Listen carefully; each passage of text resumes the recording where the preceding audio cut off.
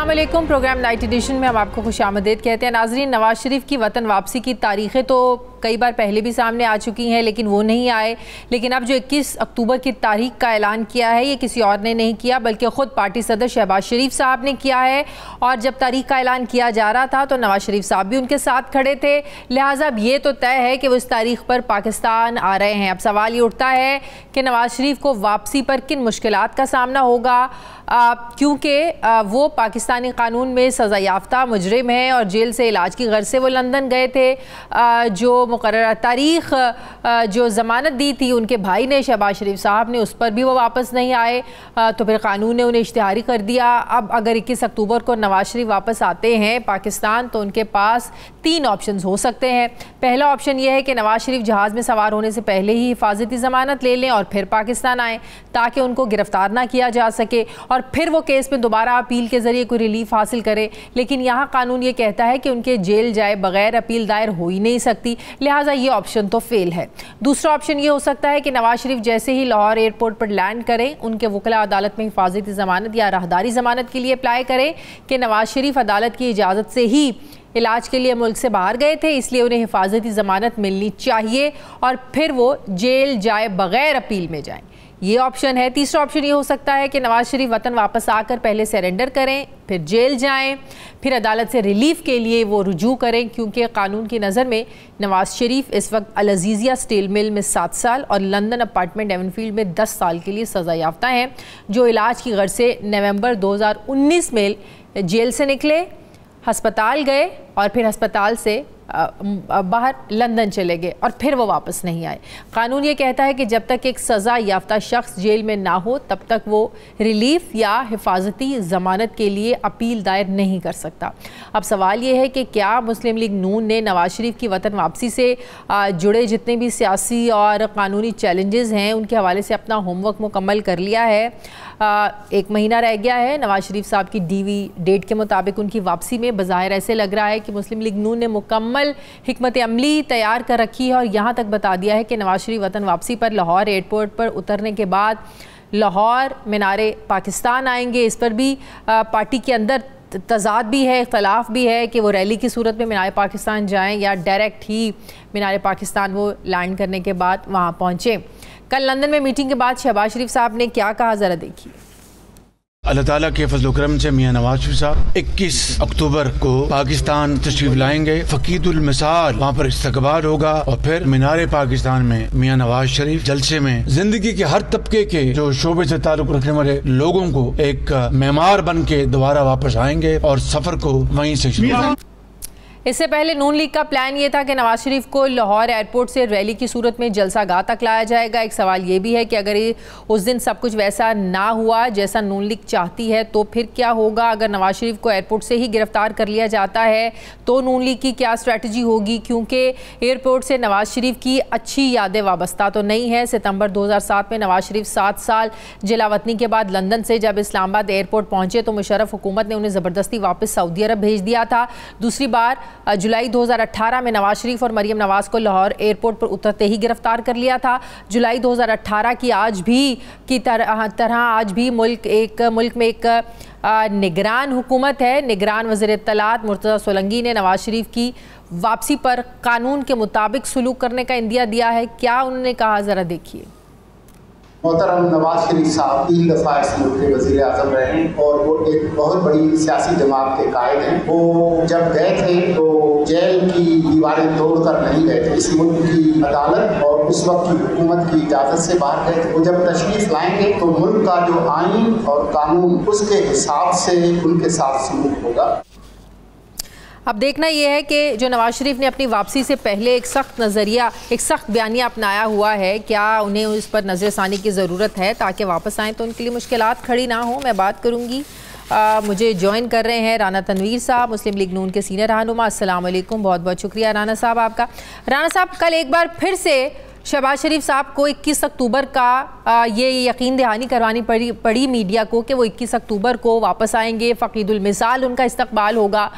ये उन्होंने एक दफ़ा फिर जो यकीन दहानी करवाई, मीडिया से बात की, क्या ये उसी कन्फ्यूजन को दूर करने के लिए था जो शहबाज शरीफ साहब एक दिन 2 दिन पहले पाकिस्तान पहुंचते हैं, अगले दिन ही वापस वो लंदन चले जाते हैं, कहा जा रहा था कि कुछ खास पैगाम लेकर गए, उस हवाले से, उस बयानिए के हवाले से जो नवाज शरीफ साहब जनरल बाजवा को लेकर, जनरल फैज़ को लेकर अपना रहे हैं, क्या यही? और फिर कहा जा रहा था कि हो सकता है अब नवाज शरीफ की वापसी की जो डेट है उस पर रद्दोबदल हो, वो वापस ना आ सके क्योंकि जैसा वो बयानिया अपना रहे हैं उनके लिए मुश्किलात खड़ी हो सकती हैं। तो क्या इसी तासुर को ज़ाइल करने के लिए शहबाज शरीफ साहब को कल एक बार फिर फोकस करना पड़ा कि नहीं, ऐसी कोई बात नहीं है, वापसी उनकी 21 अक्टूबर को ही होगी? शाजिया, आपने बहुत सारी बातें कर दी हैं और मियां साहब की वापसी के मुतल्लिक आपने लीगल और टेक्निकल जो इश्यूज़ हैं उनके भी आपने सारी बात कर दी है, ऑप्शन भी आपने डिस्कस कर दी हैं। लेकिन मैं आपको एक बात बताऊं, पहले जो वापस आने की बात है, वो पहली दफ़ा जिस तरह आपने कहा है कि पहली दफ़ा सदर मुस्लिम लीग नून मियां शहबाज शरीफ साहब ने अनाउंस किया कि 21 को आएंगे, 21 अक्टूबर को।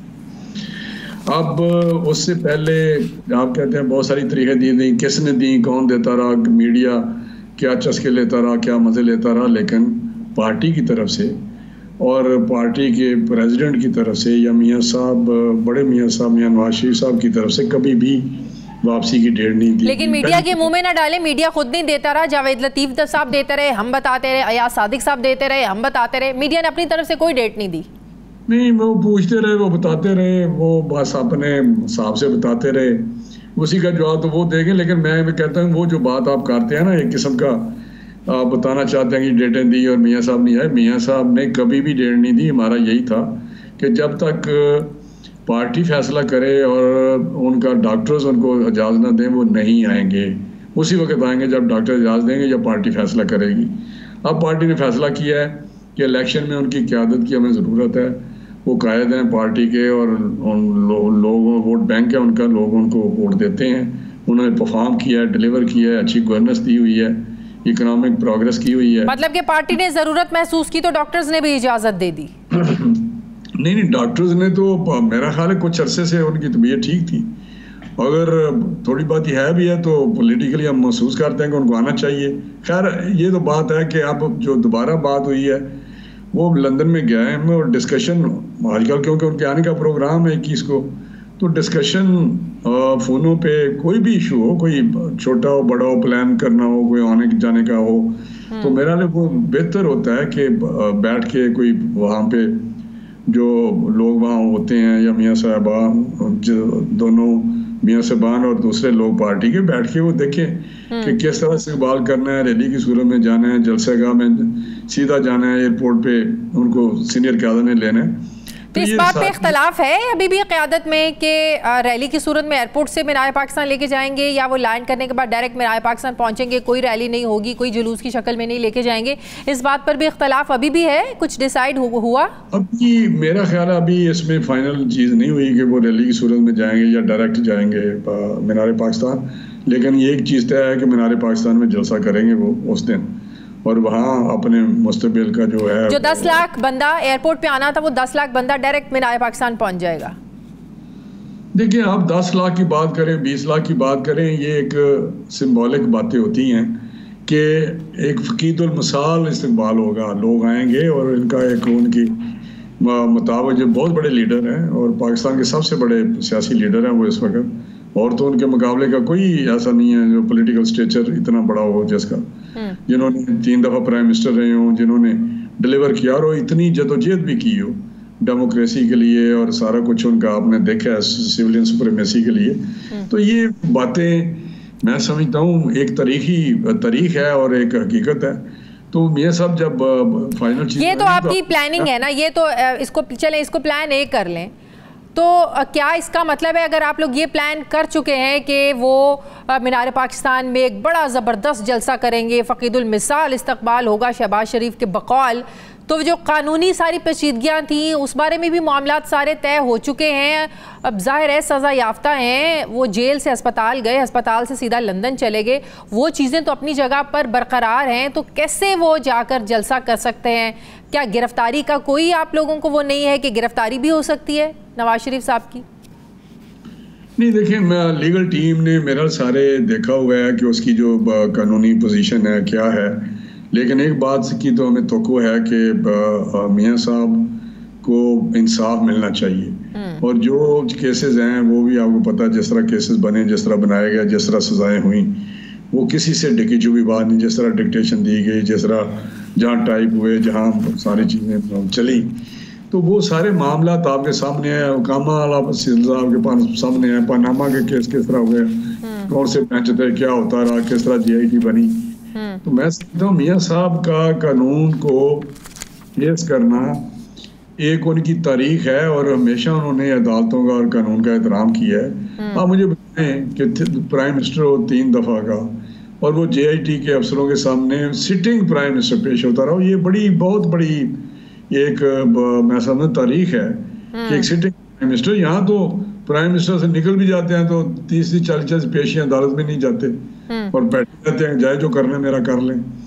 तो मकसद ये है कि उन्होंने हमेशा अदालतों का एहतराम किया है, अदालतों में भी पेश। लेकिन इस वक्त जो एक बयानिया बना रहे हैं उसकी ज़रूरत क्यों पेश आई? 3 साल उन्होंने खामोशी इख्तियार किए रखी।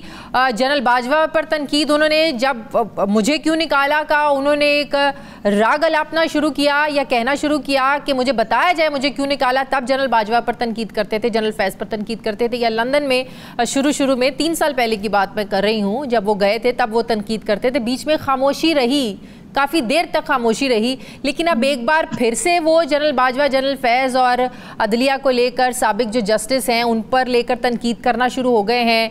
क्या यही वजह थी शहबाज शरीफ के वापस जाने की कि उनको रोका जा सके कि ऐसा बयानिया ना अपनाए? कल फैसल वाडा साहब 2 दिन पहले एक प्रोग्राम में ये बात कह रहे थे कि उनको पैगाम भेजा गया है नवाज शरीफ साहब को कि पहले तो जहाज़ में बांधा था और अब जो हम इस दफ़ा ऐसी जगह बांधेंगे कि सोचा भी नहीं होगा, इस दफ़ा बांध के रखेंगे। अभी इन्हीं अल्फाज से आप अंदाज़ा लगा लें फैसल वाडा साहब के जो बयान है या जो उन्होंने बात किया उसमें कितनी सीरियसनेस है और कितनी वो एक आपको लगता है कि प्लॉजिबल है कि किसी ने ये बात की हो, इस किस्म की बात की हो। मैं नहीं समझता किसी क्वार्टर से ऐसी बात हो सकती है और ना होनी चाहिए। वो एक रिस्पेक्टेबल हमारे बहुत बड़े लीडर हैं मियां नवाज शरीफ साहब, 3 दफ़ा प्राइम मिनिस्टर रहे हैं और उनके मुतालिक इस तरह की बात कर देनी, वडा साहब को ज़रा थोड़ा सा मेरा संजीदगी से चीज़ों को बयान करना चाहिए। अगर उन्हें मिर्च मसाला लगाना भी है, लेकिन मैं नहीं समझता। नहीं तो क्या इसमें सच्चाई है कि शहबाज शरीफ साहब कोई पैगाम वाकई इस बयानिए के हवाले से लेकर गए हैं? मेरा देखिए मुझे कोई इल्म नहीं है, लेकिन मेरा ख्याल है ऐसी नहीं बात।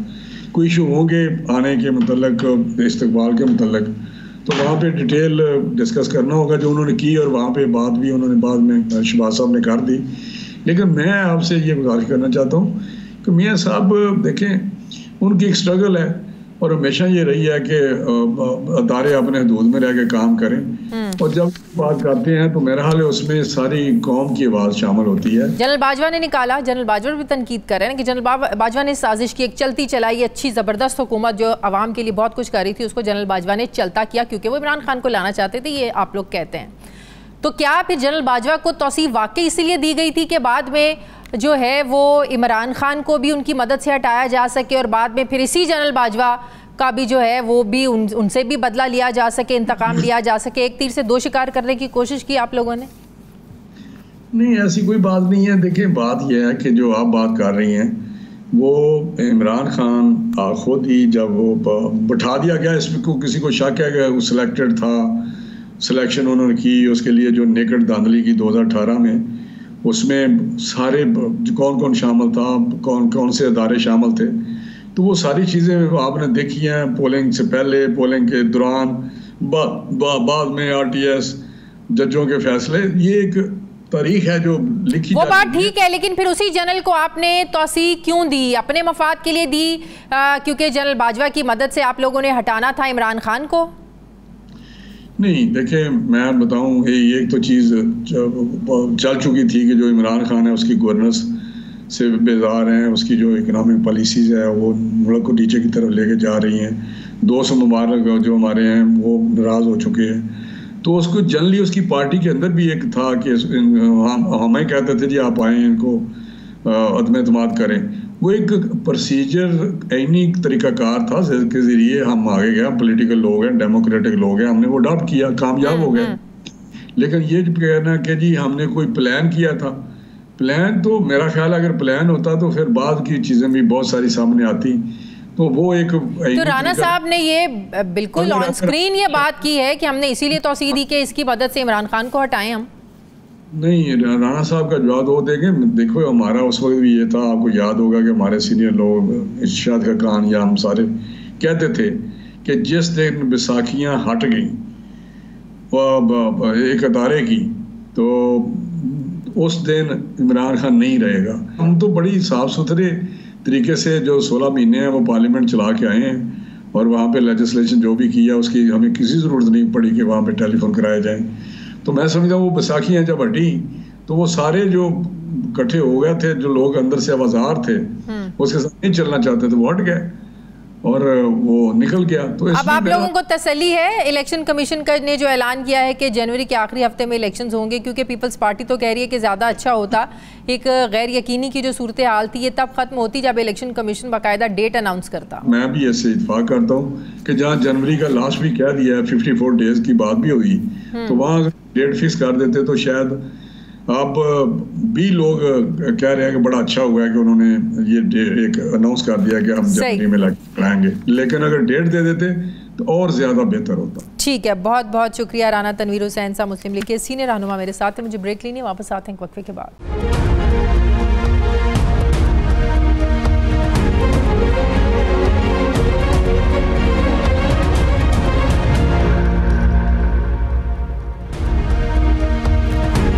ब्रेक के बाद एक बार फिर से आपको खुशामदीद कहते हैं। सीनियर सहाफ़ी तज्ज़ियाकार इरशाद भट्टी साहब मुझे ज्वाइन करें। अस्सलाम वालेकुम, बहुत बहुत शुक्रिया भट्टी साहब आपका। भट्टी साहब, नवाज शरीफ साहब की वापसी का बड़ा शोर है। एक तरफ उनकी वापसी की तैयारियां, पार्टी क़यादत में इख्तलाफ कि उनको रैली की सूरत में लेकर जाना है, 10 लाख बंदा उन्होंने इकट्ठा करना है, मीनार पाकिस्तान में फ़क़ीदुल मिसाल इस्तक़बाल और जलसा होना है। दूसरी तरफ हैरानगी की बात यह है, एक तरफ वापसी की बात है, दूसरी तरफ इतना सख्त बयानिया, वो बयानिया जो बनाकर वो यहाँ से गए थे उसी बयानिए के होते हुए, अपनाते हुए क्या उनकी वापसी हो सकती है? पहली बात तो ये है कि मुस्लिम लीगियों को 10 लाख बंदे नहीं इकट्ठे करने होंगे बल्कि 9,99,999 होंगे। एक बंदा मैं हूं जो ज़हनी तौर पर तैयार है। दफ्तर से मैंने 3 छुट्टियां ले ली हैं। पहला एक दिन तैयारियां करूंगा, अगली एक दिन थकावट उतारूंगा और एक दिन उनका इस्तकबाल करूंगा। ठीक। मेरा महबूब कायद लंदन से वापस आ रहे हैं, अपने आबाई वतन से वापस आ रहे हैं। मेरे महबूब कायद, मैंने तरीक़े पाकिस्तान नहीं देखी, मैंने इमाम खुमैनी की वापसी नहीं देखी, तो मैं ये एक चांस मिस नहीं करना चाहता। मैं पूरी कौम को कहना चाहता हूँ मेरे महबूब कायद के इस्तकबाल के लिए निकलें। अच्छा। इससे तारीखी और सुनहरी मौका कोई। ये कब हुआ? दूसरी बात ये कब हुआ भट्टी साहब, ये तब्दीली कब आई? ये आ चुकी है, तब्दीली आ नहीं रही, आ चुकी है। और ये महबूब कायद की किस्मत और नसीब देखकर, महबूब कायद को लगी दुआएं देखकर, महबूब कायद को ढीलों का मास्टर होना देखकर, महबूब कायद को अज़ बकलम खुद, यानी मैं लंदन जब गया पहली मर्तबा अभी, तो मैंने महबूब कायद का जो दरबार है वो देखकर, हाइड पार्क के करीब से उनको फिरकर, शाहरुख खान अदाकार के साथ जुड़ा घर उनका देखकर, तो उसके बाद तब्दीली क्या, छोड़िए, ये तो पुरानी बात हो गई है, पहली बात।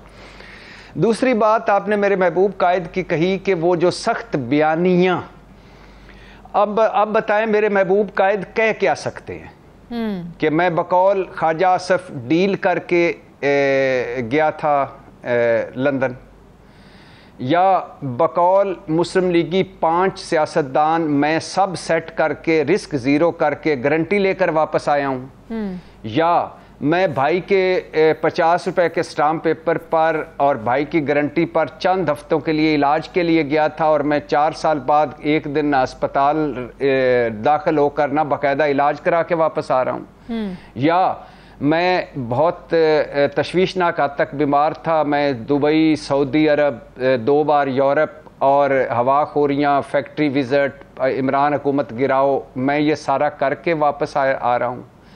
या हम सारे मसाइल का हल हैं, और 15 महीने की 16 महीने की उनके भाई की बदतरीन हुकूमत, जिसमें सिवाय उनके बाकी सारे थे झारा पहलवान, इसहाक डार समेत, तो परफॉर्मेंस पे बात करेंगे।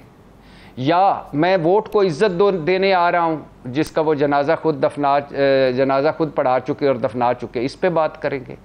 तो लिहाजा वो एज यूजुअल जाली इनकलाबी बनेंगे, एज यूजुअल एक झूठा इंतखाबी बयानियां घड़ेंगे। चले, अगर झूठा है और शौरी तौर पर वो ये बयानियां बना रहे हैं, तो शहबाज शरीफ को अचानक वापसी की जरूरत क्यों पेश आई? फिर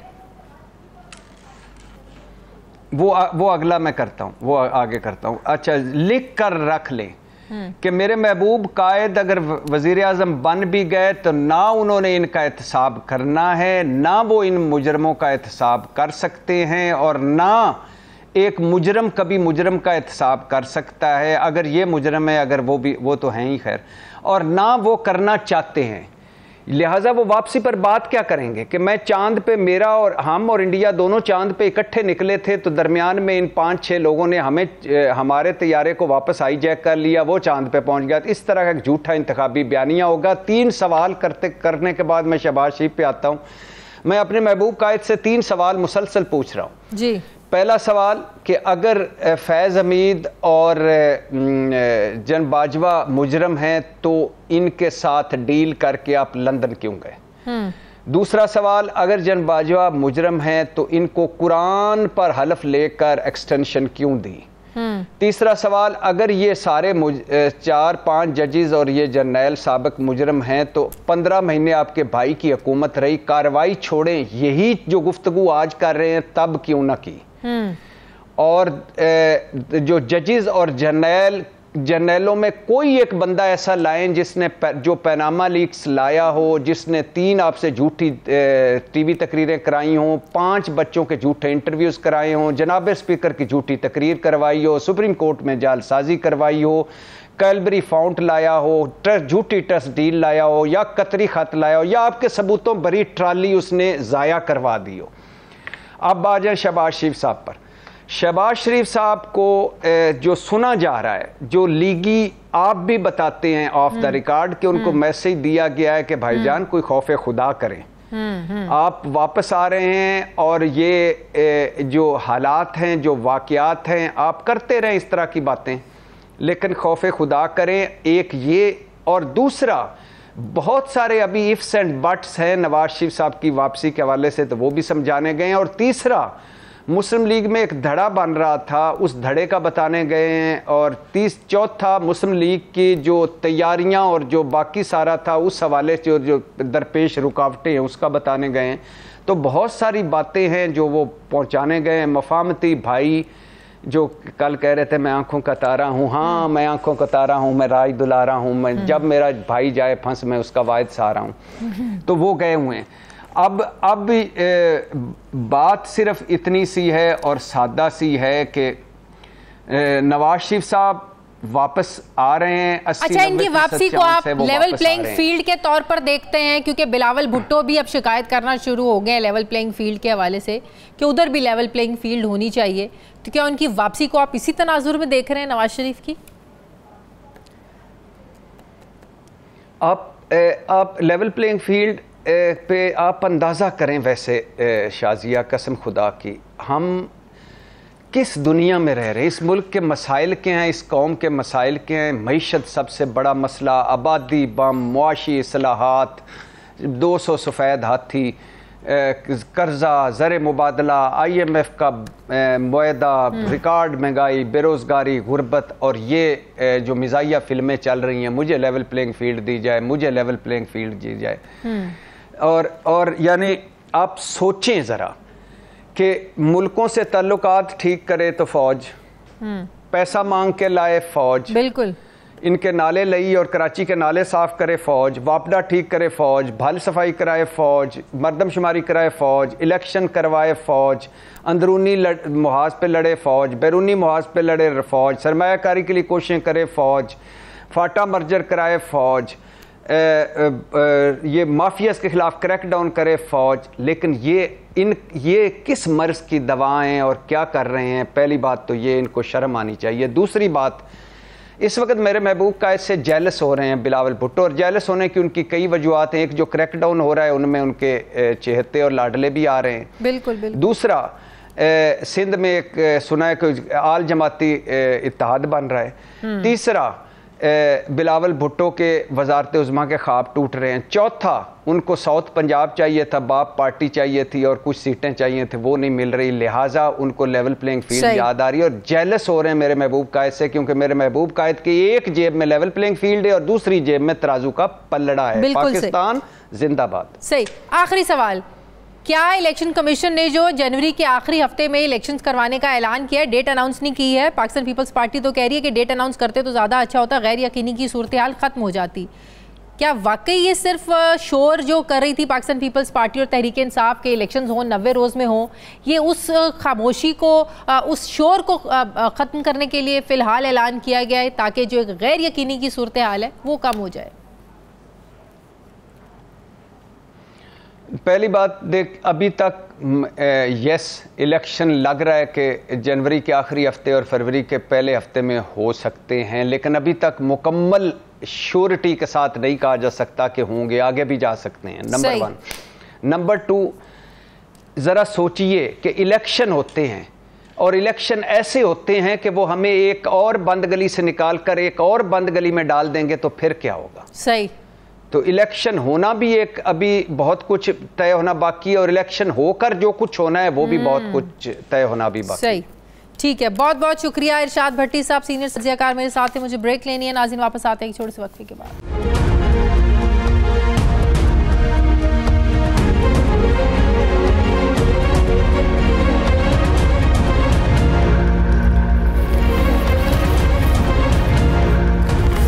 ब्रेक के बाद एक बार फिर से आपको खुशामदीद कहते हैं। नाज़रीन, एक तरफ इलेक्शन कमीशन ने आम इंतखाबात का ऐलान कर दिया है तो दूसरी तरफ सियासतदानों के खिलाफ करप्शन के बड़े बड़े केसेस दोबारा खुल रहे हैं। सुप्रीम कोर्ट की तरफ से नैब तरामीम को कलअदम करार देने के बाद मुख्तलिफ नैब ब्यूरोज़ ने बंद केसेस और रेफरेंसेस का रिकॉर्ड एहतसाब अदालतों में पहुँचाना शुरू कर दिया है। यानी दर्जनों सियासी शख्सियात के खिलाफ केसेस जहाँ रोके गए थे, अब वो कार्रवाई दोबारा वहीं से शुरू होगी। अब बताया जा रहा है कि साबिक वज़ीर आज़म शहबाज शरीफ और उनके साहबजादे हमजा शहबाज के खिलाफ रमज़ान शुगर मिल रेफरेंस दोबारा बहाल हो गया है, जबकि ख्वाजा साद रफ़ीक और सुलेमान रफ़ीक के खिलाफ पैरागॉन रेफरेंस भी खुल गया है। ये तासुर दिया जा रहा है कि शहबाज शरीफ की लंदन यात्रा की एक बड़ी वजह नैब केसेस का भी दोबारा खुलना है। इसी तरह दोबारा केसेस खुलने पर आसिफ जरदारी, यूसुफ रज़ा गिलानी, राजा परवेज़ अशरफ समेत पीपल्स पार्टी के दर्जनों सियासतदान दोबारा नैब के शिकंजे में आ सकते हैं। शायद इसी तरफ बार बार और रिहाई मिलने के बावजूद गिरफ्तार होने वाले चौधरी परवेज़ इलाही ने न सिर्फ इशारा किया है बल्कि सियासतदानों को मशवरा दिया है कि जो मौजूदा हालात चल रहे हैं इसमें तमाम सियासतदान इलेक्शन से पहले हिफाजती ज़मानतें करवा लें। क्या वाकई नैब केसेस खुलने के बाद हालात उसी तरफ जा रहे हैं? सवाल ये भी है कि नैब के दोबारा एक्टिव होने के से मुल्क की जो सियासत है और जो इलेक्शंस होने वाले हैं, कैंपेन्स शुरू होनी है, नवाज शरीफ की वापसी का बड़ा शोर है, इससे क्या असरात मुरतब हो सकते हैं सियासी लिहाज से? इसी पे बात करूंगी। मुझे माहिर कानून राजा आमिर अब्बास साहब ज्वाइन करें। अस्सलाम वालेकुम, बहुत बहुत शुक्रिया आमिर अब्बास साहब आपका। आमिर अब्बास साहब, जिस तेज़ी से नैब केसेस रेफरेंसेस दोबारा से खुल रहे हैं, जहां मामलात रुके थे सियासतदानों के, वहीं से सब चीज़ें दोबारा शुरू हो रही हैं नैब तरमीम कलअदम करार देने के बाद, सवाल ये है कि अब तो इलेक्शंस का भी ऐलान हो चुका है, नवाज शरीफ की वापसी का शोर है, तो इससे सियासत और जो एक कैंपेन्स चलनी है, क्या इस पर असरात इसके मुरतब हो सकते हैं?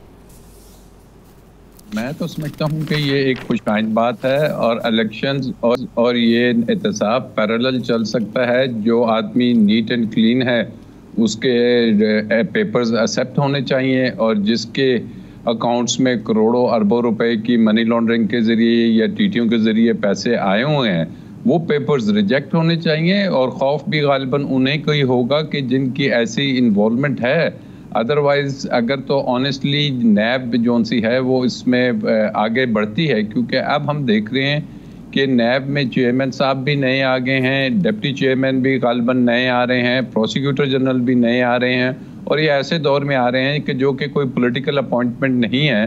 तो मोस्ट प्रोबेबली लग रहा है कि दे वुड मीन बिजनेस, और इसमें कोई ऐसी चीज़ नहीं कि जी वो आएंगे तो उससे कोई इलेक्शन पे फ़र्क पड़ता है। अगर नैब के केसेस चलते हैं तो बिल्कुल इनको चलना चाहिए। मतलब और ये मतलब जो बात आप कर रहे हैं कि जो क्लियर है उसको बिल्कुल उसके कागजात एक्सेप्ट होने चाहिए। अगर ये इतना सादा मामला होता और इतना हमारी प्रोसिक्यूशन ज़बरदस्त होती, ये केसेस को निपटाने का जो प्रोसेस है इतना फास्ट होता, तो सारे केसेस ख़त्म हो चुके होते ना, कईयों को सज़ाएं मिल चुकी होती, कई बाइज़्ज़त बरी हो चुके होते।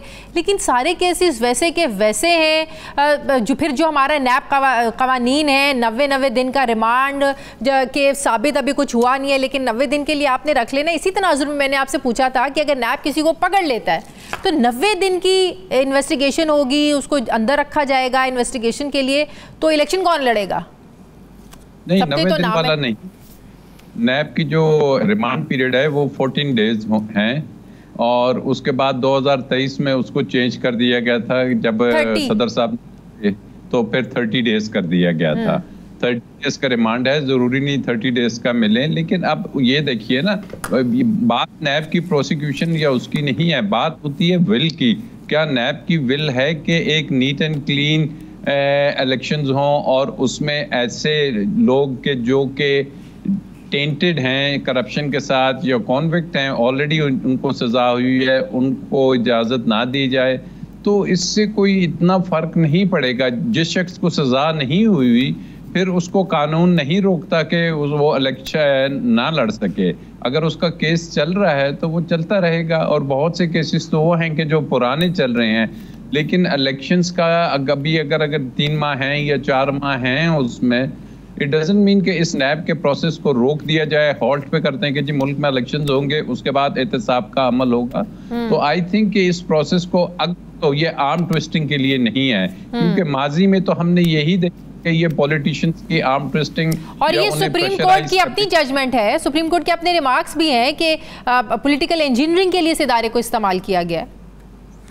बाकिर साहब की ये रिमार्क्स भी थे और दीगर जजेस के भी हैं। हाँ। तो लेकिन अक्रॉस अगर ये होता है तमाम पॉलिटिकल पार्टीज में ऐसे लोगों के जो कि करप्शंस में इन्वॉल्व है, अगर उनके खिलाफ घेरा तंग होता है और मौजूदा हुकूमत या जो इस वक्त हेल्म ऑफ द अफेयर पे हैं वो अगर समझते हैं कि हमने ऐसा एक इलेक्शंस की तरफ जाना है जिसमें बनिस्बतन ज़रा साफ लोग आए, तो आवाम इसको अप्रिशिएट करेगी। आई डोंट बिलीव कि आवाम इसको कोई ऐसी नज़र से देखेगी कि ये कोई एक तरफा। लेकिन अगर हमें नज़र आया कि नहीं, एहतसाब की सारी जो फोकस है वो सिंध में नज़र आया या एक मखसूस पॉलिटिकल पार्टी की तरफ नज़र आया, तो फिर वो उसके बड़े बैड रिपरकशंस होंगे। फिर आवाम इसमें भी लेवल प्लेइंग फील्ड होनी चाहिए। बिल्कुल, इसमें भी लेवल प्लेइंग, और यही सिंध से नारा भी आ रहा है, बिलावल साहब भी गालिबन समझ रहे हैं। लेकिन अगर हम ये देखेंगे जी पंजाब में कुछ नहीं हो रहा या मुस्लिम लीग नून के लिए आसानियां हैं, मियाँ साहब जो कॉन्विक्ट हैं वो भी अगर आ जाते हैं उन्हें नहीं पकड़ा जाता, और अब तो एहतसाब का नया वो जो पुराना कानून था दोबारा आ गया, नया खत्म हो गया। अब तो मियाँ अब जरा मियाँ साहब की वापसी पे जरा थोड़ा डिस्कस कर ले। जिस तरह 2018 में आए, उनको जहाज़ में उनको और मरियम नवाज़ साहिबा को गिरफ़्तार कर लिया गया। अभी भी जब वो वापस गए, वो कॉन्विक्ट हैं, सज़ा याफ्ता हैं, जेल से हस्पताल गए, हस्पताल से बाहर गए, तो कानून इस हवाले से क्या कहता है कि आप सेहतयाब होकर वापस आ रहे हैं तो आपको क्या जलसे के लिए जाना चाहिए या आपको जेल की तरफ जाना चाहिए? आपको कानून क्या कहता है? देखिए, कानून तो अब सख्त है। उस वक्त तो वो सिंपल कॉन्विक्ट थे, इस वक्त कॉन्विक्ट के साथ साथ मफरूर भी हैं। अदालत ने उन्हें एब्सोल्यूट डिक्लेयर किया हुआ है, उनके परपेचुअल वारंट्स हैं। The moment he lands in Pakistan, उनको गालिबन जहाज के अंदर से ही गिरफ्तार किया जा सकता है, क्योंकि अदालतों ने उनके वारंट्स निकाले हुए हैं और परपेचुअल वारंट्स हैं जो कि तहयात रहेंगे। तो मैं नहीं समझता कि उनको कोई ऐसी रिलीफ जिसका सोचा जा रहा है कि जी शायद वो ये कोई बेल करा लेंगे। बेल तो पहले वो जंप कर चुके हैं। वो तो फकीदुल मिसाल इस्तकबाल की बातें कर रहे हैं। इसका मतलब है उनके पास कोई प्लान बी है या उनकी कानूनी टीम जो है इतना ज़्यादा उनको मुतमईन है कि वो आएंगे और गिरफ्तार नहीं होंगे। कुछ तो तसल्ली है, इतने मुतमईन है वो वापसी के हवाले से। वो तो बहुत बड़ा मीनार पाकिस्तान में ज़बरदस्त जलसा करने जा रहे हैं बकौल उनके। अब पता नहीं वो इत्मीनान शहबाज शरीफ साहब जो 48 आवर्स के लिए आए थे, वापस जाके उन्होंने उस एतमाद की कोई कर्चियां तो नहीं कर दी। अदरवाइज तो वो एतमाद किस चीज़ पे, वो तो यही कहा करते थे कि मैं पाकिस्तान तब जाऊंगा जब मुझे गारंटी हो। अगर तो कोई गारंटी है देन ये जो एहतसाब का अमल है फिर इसको तो चैप्टर को बंद कर देना चाहिए, क्योंकि फिर अगर गारंटी होती तो वो जो बयानियां अपना रहे थे, आपको लगता है फिर वो बयानियां अपनाते? जो सख्त बयानियां 2-4 रोज से अपना रहे हैं वो, अगर गारंटी होती तो? मैं तो समझता हूँ पॉलिटिकली उन्हें प्रॉब्लम ये आ रहा है कि वो बयानियां बनाएं तो बनाएं क्या। अब प्लेटलेट्स वाला तो बन नहीं सकता। अब ये भी नहीं हो सकता कि जी वो आके कह दें कि जी मेरा अब इलाज मुकम्मल हो गया है। उनका इलाज तो मुकम्मल था, दुबई तक तो वो आते थे, 1 घंटे की फ्लाइट है आगे से, दुबई से वो वापस चले जाते थे, यूरोप के टूर्स लगाते थे। तो he is in search of narrative. अब वो अगर ये नैरेटिव आते हैं तो लेट्स सी कि ये नैरेटिव, क्योंकि ये नैरेटिव उनका है कि खाली नैरेटिव की हद तक क्या वो लोगों को ये बताएंगे या वाकई ही इस पे कोई अमल भी होता हुआ नजर आएगा कि जी वो जो नाम ले रहे हैं कि उनकी कोई इंटरफेरेंस थी। तो आप देखते हैं कि जी वो किस हद तक क्योंकि वो नैरेटिव में ख्याल 18 या 19 सितंबर को आया था, उसके बाद खामोशी है, दोबारा कोई ऐसी बात नहीं नजर आ रही। नहीं, कल भी उन्होंने बड़ी सख्त बातें की हैं, कल फिर वही उसी एहतसाब की बातें की हैं। अच्छा, तो फिर वो नैरेटिव तो चाहिए उनको पॉलिटिक्स के लिए। नैरेटिव से पहले ज़रूरी है कि वो वापस आएं और उनको ये यकीन दहानी हो कि वो अरेस्ट नहीं होंगे। और अरेस्ट सिंपल नहीं है, he is a convict, he has to go to the jail. और अपील उनकी इस्लामाबाद हाई कोर्ट में है, जहां के न सिर्फ उनकी अपील डिसमिस हो चुकी है, उन्होंने एक एप्लीकेशन दे के कोर्ट को सेटिस्फाई करना है कि जी these were the reasons I was not able to travel to Pakistan. कि कोविड भी खत्म हो गया, अब तो फ्लाइट्स का भी कोई इशू। आई डोंट थिंक कि कोई इतना इजी प्रोसेस है जिसको वो अवेल कर लेंगे। बहुत बहुत शुक्रिया राजा आमिर अब्बास साहब मेरे साथ। शुक्रिया आपका। मुझे ब्रेक लेनी है नाज़रीन, वापस आते हैं एक वक्फे के बाद।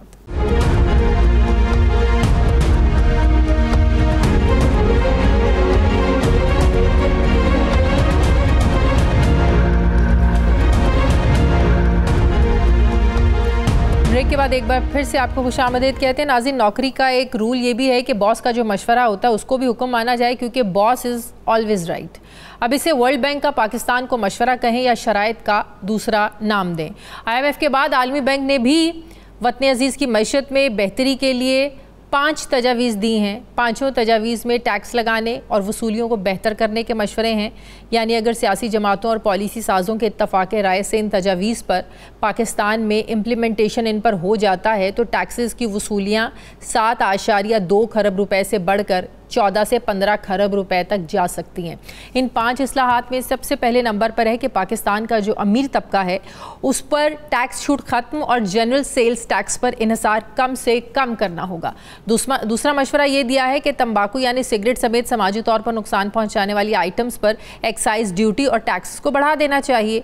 तीसरी तजवीज़ ये है कि रियल इस्टेट यानी तामीराती काम और ज़राअत को पहले टैक्स नेट में लाया जाए, फिर मरहलावार टैक्स को बढ़ाया जाए। एक तजवीज़ ये भी है कि टैक्स को कलेक्शन बढ़ाने के लिए आसान और सादा इनकम टैक्स निज़ाम लागू किया जाए। 5वीं तजवीज़ ये है कि कार्बन के अखराज पर भी टैक्स लगाया जाए। आलमी बैंक के कंट्री डायरेक्टर का ये मानना है कि पाकिस्तान में 1 करोड़ 25 लाख लोग गुर्बत का शिकार हैं। मुल्क में गुर्बत की शरह 6% से बढ़कर 12.2% पर चली गई है। उन्होंने ये भी निशानदही की है कि सरकारी शोबा न सिर्फ गैर मौसर बल्कि नाअहल भी है। मौजूदा सिस्टम में बिजली पैदा करने वालों यानी IPPs को बहुत ज़्यादा प्रॉफिट दिया जा रहा है। इस सिस्टम को भी दुरुस्त करने की ज़रूरत है। लेकिन सवाल ये है कि ये सब काम करेगा कौन? कई हुकूमतें आईं, कई गईं, मगर पाकिस्तान का मसला हमेशा से ही गुड गवर्नेंस रहा है। अब तो मुल्क में एक निगरान सेटअप है, क्या ये इस्लाहात इनके बस में हैं?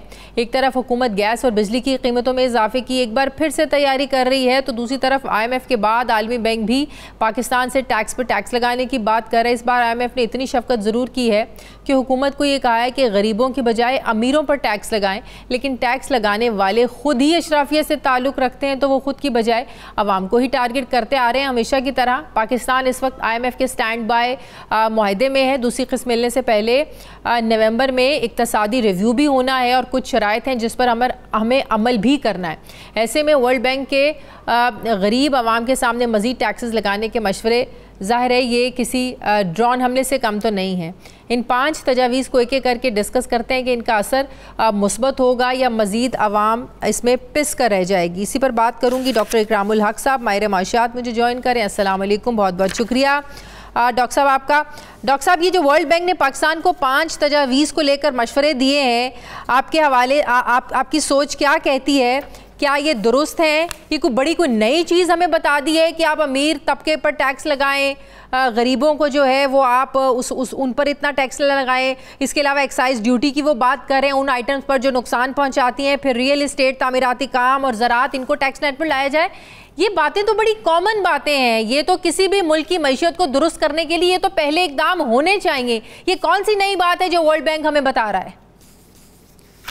जी शुक्रिया। दरअसल हम वर्ल्ड बैंक से कर्जा ले चुके हैं रेज रेवेन्यू प्रोजेक्ट के नाम से। ये सेकंड चल रहा है, फिर उसका देखे वफाक के बाद पंजाब हुकूमत ने भी लिया। अब समझ नहीं आती कि ये सब चीज़ें जैसे आपने फरमाया, ये तो सबको पता है पाकिस्तान में क्या पूरी दुनिया में मुसलमान असूल हैं। फिर पहले तो ये लोग लोन लेते हैं इस काम के लिए, लोन तो लिए जाते हैं, कोई इंफ्रास्ट्रक्चर बड़ी आपने लॉन्ग टर्म लोन ले, मुल्क की वो जो है आप प्रोफिशिएंसी बढ़ाएं, प्रोडक्शन बढ़ाएं। ये इन चीज़ों के लिए तो बाहर का लोन लेने की जरूरत ही नहीं, क्योंकि इसके लिए तो हल ऑलरेडी जो लोकल लोग हैं वो भी दे चुके हैं, सब जानते हैं। और ये कोई नई बात नहीं है। बहुत अरसे से बहुत से लोग लिख रहे हैं कि पाकिस्तान के अंदर जो शराफिया के ऊपर टैक्स है वो उसकी छूट जो है वो अब तो खुद भी ये बजट में बताते हैं टैक्स एक्सपेंडिचर के चैप्टर में। और FBR भी जब फाइनेंस बिल पेश करता है तो उसके नीचे लिखता है तो तकरीबन 1.5 ट्रिलियन तक है।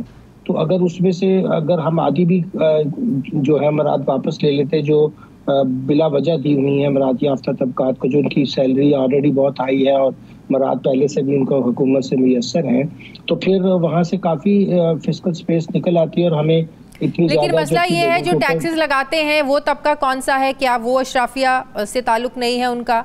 जो मराद अपने आप को देते हैं वो तबका कौन है? वो अपने आप को मराद देते हैं। मसला ये है कि जिन्होंने टैक्स लगाना है वो अपने ऊपर तो टैक्स नहीं लगाएंगे ना डॉक्टर साहब। जी हाँ, लेकिन वो टैक्सों में जो छूट दी हुई है उसका जिक्र तो बहुत अब होने लगा है। तो चलें वो अपने ऊपर टैक्स न लगाएं, जो छूट ली हुई है वही वापस ले लें ताकि सबके लिए बराबर टैक्स तो हो जाए। अभी तो ये मसला है ना कि 1.5 ट्रिलियन की तो उन्होंने अपने आप को एग्जम्पशंस दे रखी हैं। मसला ये है कि नए टैक्स ना लगाएं, मगर जो टैक्सों में छूट है वो तो खत्म। अब जब एक मिसाल के तौर पर आपकी सैलरी ही 10-12 लाख है तो उसके ऊपर फिर उन्हें फ्री रेजिडेंस, उसकी पेट्रोल, फिर बिजली, इस तरह की मराद जो है उसके ऊपर कोई टैक्स नहीं है। तो अगर आप कोई फ़ायदा लेते हैं कोई भी, जैसे प्राइवेट सेक्टर में तो अगर एम्प्लॉय को कोई भी फायदा दे तो उसको ऊपर टैक्स लग जाता है, काइड में भी हो तो मार्केट रेट पे टैक्स लग जाता है। तो सबके लिए एक जैसा टैक्स होना चाहिए। बिल्कुल सही। तो आप जी तो इसके अलावा उन्होंने सेल टैक्स की भी सही बात की कि 18% तक हम ले गए हैं, जिसका बोझ जो है इनडायरेक्ट टैक्सेस, क्योंकि हम 70% तो हमारे इनडायरेक्ट टैक्सेस हैं, तो उसका बोझ तो फिर गरीब लोगों पे जिनकी कम आमदनी है उन पे ज्यादा पड़ता है और अमीर लोगों पे कम बनता है। तो उनका कहने का मकसद ये है कि आप अपने डायरेक्ट टैक्स में और इनडायरेक्ट टैक्स में तवाज़ुन पैदा करें, क्योंकि जुडिशियस बैलेंस होना चाहिए दोनों में, तभी इकॉनमी भी आगे बढ़ती है। और ये जो इनइक्वालिटीज बढ़ती हैं, जो गैर मुनसिफाना तकसीम है, वो भी इसी वजह से होती है कि आप ये जो एमएनएसटी स्कीम्स लाई जाती रही हैं, ये नून लीग के दौर में भी लाई गई हैं, ये तहरीक इंसाफ के दौर में भी लाई गई हैं। ये इस वो कहते थे ना, काले धन को सफ़ेद करना, जिसने करना है वो रातों रात कर ले, टैक्स नेट में सब लोग आ जाएं। तो ये क्या ये भी हमारे सिस्टम में यूज़फुल ये नहीं रहा एमएनएसटी स्कीम का सिस्टम जो है? क्योंकि आज भी हमें कह रहे हैं कि रियल स्टेट को भी आप जो है तामीराती शोबा है इसको भी आप टैक्स नेटवर्क में लेके आए, इन सबको तो आप स्कीम्स देते रहे हैं, उसके बावजूद भी ये लोग नहीं इस नेट में आते। जी बिल्कुल सही फरमाया आपने। बहुत एक एक साल में 3-3 भी एमनेस्टीज देखी हैं, मगर उसके बाद भी ये होता है तो वहाँ बहुत बड़ा टैक्स लॉस हो गया उस साल जब एमनेस्टी दी। आने वाले दिनों में ख्याल है कि चले फिर वो अपनी रिटर्न्स फाइल करते हैं, जो भी आमदन है उसके मुताबिक टैक्स देंगे, मगर वहाँ भी कोई उनके लिए बहुत मुराद याफ्ता जो है वो ऐसी प्रोविजंस रखती जाती हैं कि वो रियल इनकम पे टैक्स ना दे बल्कि आप और मुझ पे पास ऑन कर दें।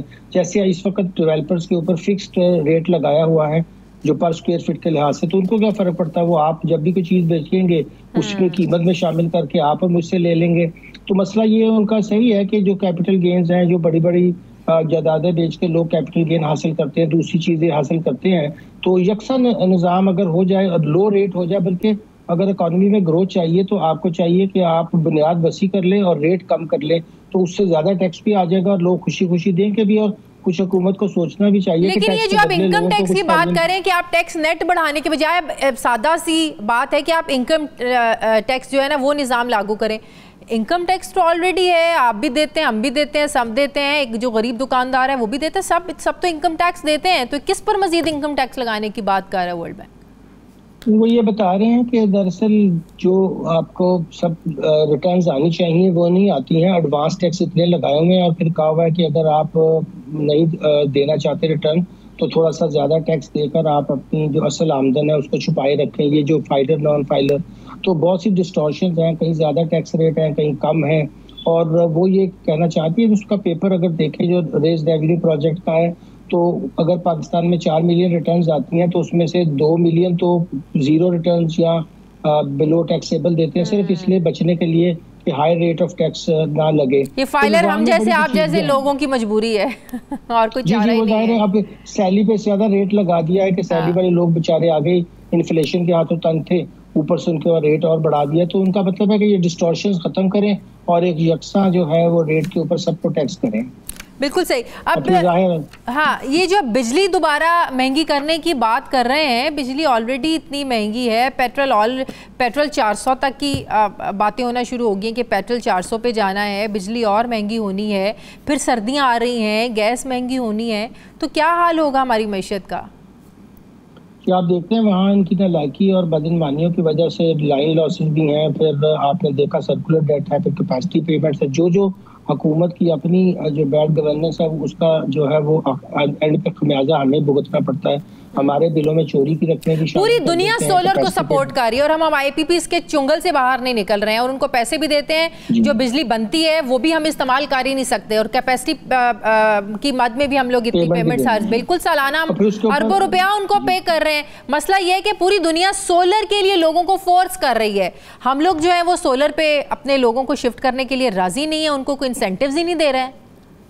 उसको बजाय उसके ऊपर 18% टैक्स लगा देते हैं ताकि कोई लगा भी ना सके, और जब बिल आते हैं उसमें 9 तरह के टैक्सेस शामिल हैं।